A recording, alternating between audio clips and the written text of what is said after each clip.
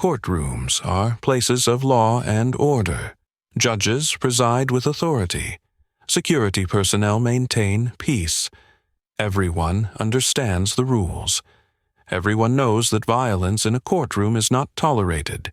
Cameras roll. Witnesses watch. Everything is recorded. So who would ever attack a judge? This is the story of Deobra Redden and the day that shattered the illusion of courtroom safety. January 3rd, 2024. A courtroom in Nevada. Judge Mary Kay Holthus is presiding. She is 62 years old. She has spent decades in the legal system.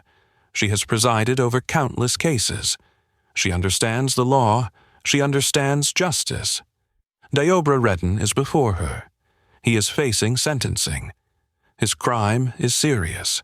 He will face serious consequences. The courtroom is orderly. The judge is conducting business. Everyone is following procedure. Everything is routine. And then the routine shatters. Deobra Redden stands. He does not merely stand. He launches himself. He runs. He charges toward the judge's bench. He moves with the velocity of a man possessed by rage, with arms outstretched, with legs pumping, with the clear intention to attack. What happens next is captured on video. The surveillance cameras that are supposed to keep order, that are supposed to document justice, instead document violence. Redden launches himself across the space separating him from the judge. He is airborne. He is flying. He lands on the bench. Judge Holthus is knocked backward. She crashes against the wall behind her bench. Redden grabs her hair. He is violent. He is aggressive. He is attacking a federal judge in her own courtroom with cameras rolling and bailiffs watching. But security responds.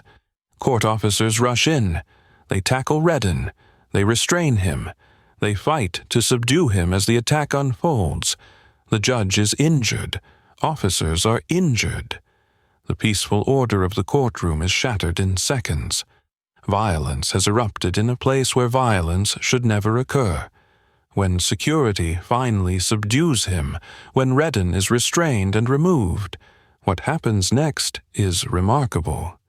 Judge Holthus, bruised and shaken, returns to the bench the very next day. She comes back to work. She refuses to be intimidated. She refuses to allow one act of violence to drive her from her position. Courage, resilience, a commitment to justice that survives even violence. But understanding Redden requires examining his mind.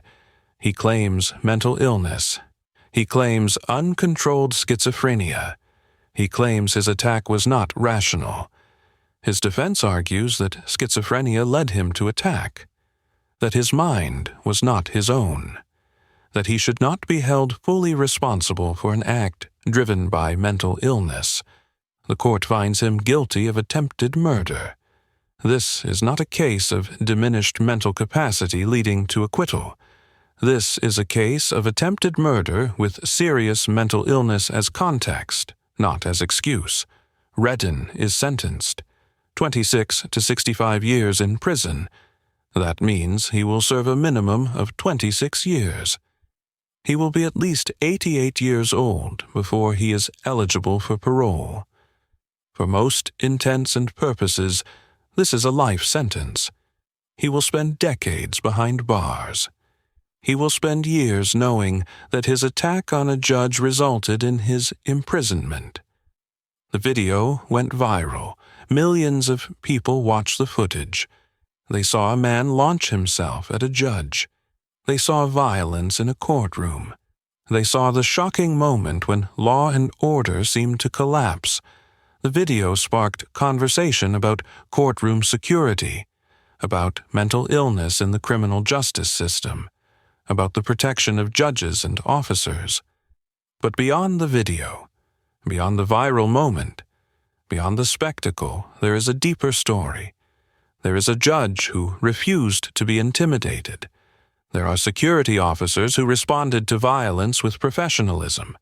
There is a legal system that prosecuted attempted murder, Even when the defendant claimed mental illness, courts are supposed to be places where justice prevails, where order is maintained, where the rule of law guides all proceedings. Deobra Redden's attack challenged that order, but the response was swift. It was decisive. It was thorough. Judge Holthus returned to her bench. Justice continued. The courtroom that had witnessed violence remained a place of law and order, and Deobra Redden will spend the rest of his functional life in prison, knowing that his moment of rage had permanent consequences, that his attack on the judiciary system resulted in his own incarceration, that violence in pursuit of violence only begets more violence, that the law ultimately enforces itself.